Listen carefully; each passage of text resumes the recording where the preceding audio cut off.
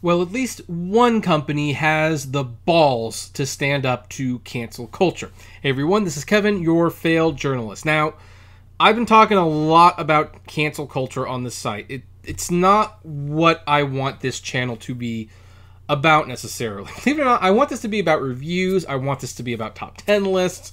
I want this to be about editorials. But you know what? Cancel culture is just getting way out of hand. It's canceling things that I love and things that we should not be forgetting about. And yes, I mean, I'm going to say it right now. I know some of you are going to say, like, what? You actually want to watch, you know, problematic material? It's like, well, maybe I do. And maybe it's like, hey, I think there's a place in this world where you can watch problematic material, enjoy it, and acknowledge the parts that have not aged well. There are a lot of classic films that in many ways are timeless. You can watch them forever. They will always be entertaining. And yet, by today's ultra-sensitive, politically correct crowd, a lot of these movies are becoming problematic. In fact, here's a true story. True story, I swear. I was watching The Godfather recently, one of my favorite movies of all time, with someone who had never seen it. And at one point, there was a line that never really stood out to me. I never gave it much thought. I mean, obviously I'd heard it several times, but it was never a big part of the movie. And I'm not going to say exactly what it is, but it was during the round the table meeting where Don Corleone is trying to bring peace between the families. One of the family members, the heads of the family, when they're talking about how they want to legalize drugs, said that, basically brought up a minority group, said, but we don't care about them. Let them mess themselves up. They're animals anyway. And they used a very bad term in that sentence, which I am not going to repeat. Now, after the movie was over, despite the fact this is a wonderful movie, that person did not like the movie because of this one single line, which blew my mind because we're talking about a movie about gangsters. The mob. Literally the mob. They kill people to get what they want. This is what the movie is about. And yet this one line of dialogue just made like, no, don't like it. We need to get rid of it. And he even suggested maybe they could just cancel that line on TV. So we are getting to the point where it's silly. The Godfather is an adult movie. It's rated R. It takes place well before the Civil Rights movement. And we're talking about criminals. People who are criminals, and they justify their evil lifestyle with, interestingly, words. Like, here's a fun fact. In The Godfather, the word mafia and mob, these words are never spoken in the movie. They justify what they do by saying, this is a business, and this is the family business. And that's how they justify what they do. And I think smart people watch that, and they know that. But when you have reactions like that, basically, something that's been on my mind is, well, what about Turner Classic Movies? Because their bread and butter is classic movies. I don't think they air anything after 1985, in fact. I don't know for sure, by the way. I do recall them doing a Ghibli marathon one time, and some of those movies were a little bit more recent, obviously. But for the most part, they just air classics. Well, obviously, they were complained about old movies. Movies like Breakfast at Tiffany's, Psycho. I don't entirely know why. Maybe it's because the guy has a mental illness, and just in case I haven't seen it, I don't want to spoil it, but the reveal is clearly that of a mental... Anyway, so they started asking them, are they going to remove these movies? And Turner Classic Movies has basically come back and said, no, we are not going to pull these movies. We are not going to cut the movies. We are going to reframe the movie. Now, what does reframe mean? Well, it's basically a fancy way of saying we're going to put a disclaimer in front of the movie. We're going to have a round-the-table discussion. In fact, they're dedicating a whole series around this. I think it's called Reframed, in fact. A whole series where they have picked 18 movies, and it will probably be more before this is all said and done, believe me, that are in many ways classics that have stood the test of time and are timeless. They will always be entertaining. Excuse me. But in several ways, they have also aged poorly, and they are going to discuss those aspects, put them into context. This is what you should be doing the whole time anyway. Let's look at this article, the Hollywood into Hollywood in Toto. That's what it's called, this site. They call it the right take on entertainment, so okay, obviously this is going to be a conservative website, just giving you a heads up. But the thing is, I believe Roger Ebert himself, who was very liberal, would have totally agreed with this. So, this is what it says.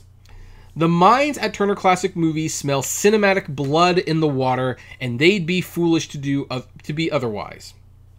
Cancel culture just claimed Dr. Seuss, the beloved children's author whose work is suddenly inappropriate and unacceptable to young minds. Never mind the boundless joy his books have delivered to countless readers over the decades, or how he ignited a love of reading in many, myself included. I added that part. Given the context, Turner Classic Movies is introducing a new series dedicated to classic films seen from a 21st century prism, Reframed. And here's the thing, and this is obviously a conservative website, but he's like, there's nothing wrong with new generations revisiting great films from the past. Movies can be snapshots of society, and the best of the best offer timeless lessons for viewers of any age. That's not what Reframed is about. So this was what Turner Classic Movies' whole thing was. They say, many beloved classics we enjoy have stood the test of time. Nevertheless, certain aspects of these films can be troubling and problematic. This month, join the conversation with our series Reframed so future generations can keep the legacy and relevancy of these films alive. Now, interestingly, the guy who was making the announcement is Ben Mankiewicz. Now, who is Ben Mankiewicz? Well, he is, I believe, the great-grandson of Leo Mankiewicz, a famous Hollywood director and screenwriter. But he was also a co-host at the movies. He was one of Roger Ebert, like Siskel and Ebert's replacements.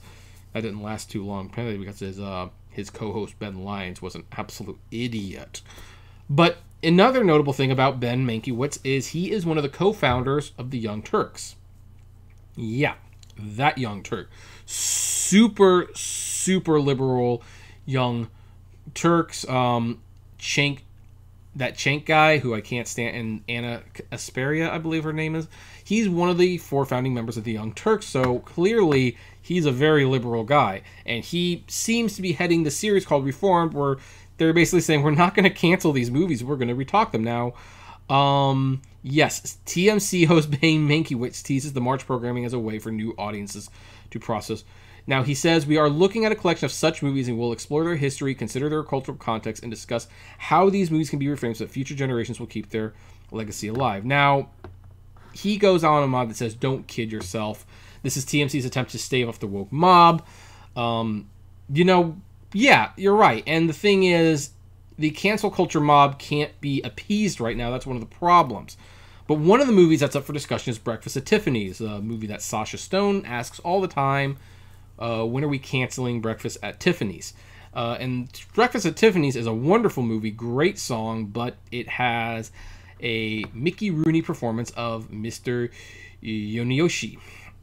Very, very bad stereotype of a Japanese man, and it mars what is otherwise a great movie.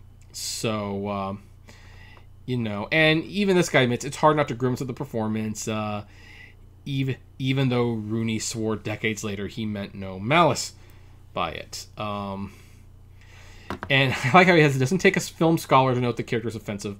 Patina, what else can TMC add to the dialogue? Well, they can add a lot to the dialogue. It's just, will people listen? That's the problem. So, here's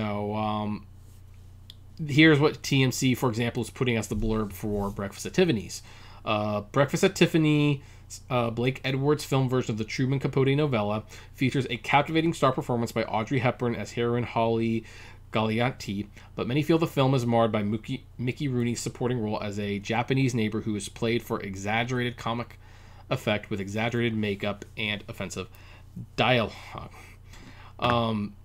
So other films that they're going to include: The Searchers, probably because of the Indians, The Jazz Singer, totally know why that's there, Gone with the Wind, knew that was going to be there, Dragon Seed, The Children's Hour. Now, Is the Children's Hour what I think it is? Let me double check that. The Children's Hour is...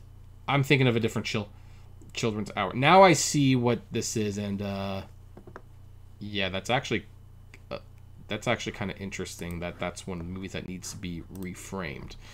But now he says, like, TCM is inviting trouble with Reframed, no doubt.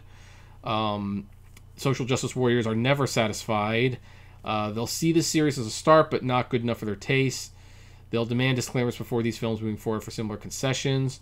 Now, but here's the thing. I think Turner Classic Movies, look, yeah, I agree. They are definitely trying to head off a mob that wants to cancel everything from Harry Potter to Dr. Seuss to Tucker Carlson, although Tucker Carlson's kind of a jerk sometimes, I will admit. And Turner Classic Movies can't do this. They can't. I mean, they show classic movies, and they don't live by 21st century appeals. I mean, look, I'm gonna look. I have like a rack here with a bunch of Best Picture winners. So a lot of them considered classics. Rebecca, well, that has some LGBT consequences. Let's see here. Casablanca. It's about a white man and a white woman's romance in a foreign country. Let's see here. Gentleman's Agreement.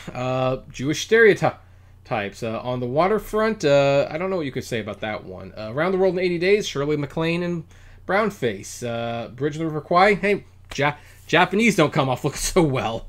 Ben-Hur. Again, white actors and brownface. West Side Story. Natalie Wood. Need I say more? I mean, she's good in that movie, but yeah, Natalie Wood. And look, The Apartment, well, normalizes fornication. So there's just so many things wrong, and Turner Classic Movies has to do something. They have to do something. And look, I understand where Christian Toto, who wrote this article and writes this blog, is coming from. Yeah, it doesn't take a scholar to figure out what's wrong with Breakfast at Tiffany's. It doesn't take a scholar to figure out what's wrong with The Jazz Singer. Heck, I think everyone knows you would not make these movies the same way today.